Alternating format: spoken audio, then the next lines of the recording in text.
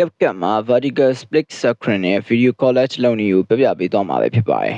။ထုံးစံအတိုင်းကျွန်တော် new project တွေကိုသွားမယ်။ကိုစိတ်ကြိုက် collage လုပ်ချင်တဲ့ video တွေရွေးချယ်မှာပဲဖြစ်ပါတယ်။ရွေးချယ်ပြီးတော့ကျွန်တော်တာမန်နဲ့နေကြ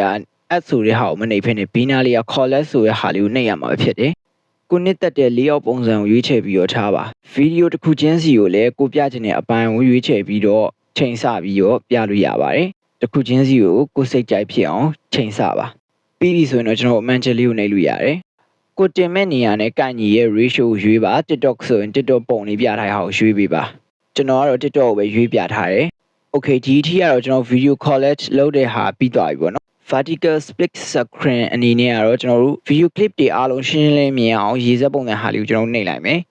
နှိပ်ပြီးသွားရင်ကျွန်တော်တို့က video clip တစ်ခုချင်းစီကိုချိန်ဆမယ်ပေါ့နော်ချိန်ဆပြီးတော့ဖြတ်ဆရာရှိတာဖြတ်ကျွန်တော်တို့လုံးဆရာရှိတာလေးလုံးကြမယ်ပေါ့နော်ပထမအဆုံးတော့ကျွန်တော် video 3ခုစလုံးကိုကျွန်တော် freeze လုပ်လိုက်ပါမယ်ပထမ video ကို3စက္ကန့်လောက် freeze လုပ်မယ်ဒုတိယ video ကို6စက္ကန့်နောက်ဆုံး video ကိုတော့ကျွန်တော်9စက္ကန့်ပေါ့နော်ဒါမှသာကျွန်တော်တို့ video လေးတွေကရှက်နေရနေလှုပ်သွားမယ်ရှက်နေရနေလှုပ်သွားမယ်ဆိုရယ်ပုံစံမျိုးလေးဖြစ်မှာပေါ့နော်ဆိုတော့နင်းရနေပြီးတော့များရအောင်ကျွန်တော်တို့ထားမယ်ထားပြီးရင်ကျွန်တော်တို့မလို့တဲ့အပိုင်းတွေကိုဖြတ်မယ်လုံးဆရာရှိရာလေးကိုကျွန်တော်တို့လုပ်မယ်ပေါ့နော်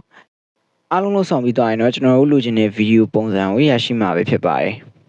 အခုပြသွားထားတဲ့ပုံစံလေးတွေကတော့အခြေခံသဘောတရားလေးပဲဖြစ်တယ်ကိုယ့်ရဲ့ creation ရှိရင်ရှိသလောက်ကျွန်တော်ထပ်ပေါင်းထည့်ပြီးတော့ကြံစပြီးတော့ video လေးကို content လေးကိုစမ်းသစ်သွားအောင်ဖန်တီးလို့ရပါသေးတယ်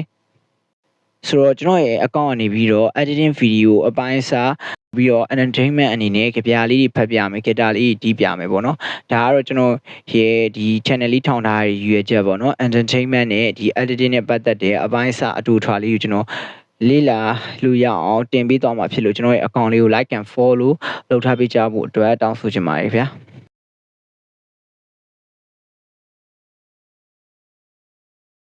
ကြည့်ရှုပေးသူတယောက်ချင်းစီတိုင်းအောင်ကျွန်တော်ကျေးဇူးတင်ပါတယ်နောက်ထပ် video တွေမှာပြန်လည်တွေ့ဆုံကြပါမယ်ခင်ဗျာ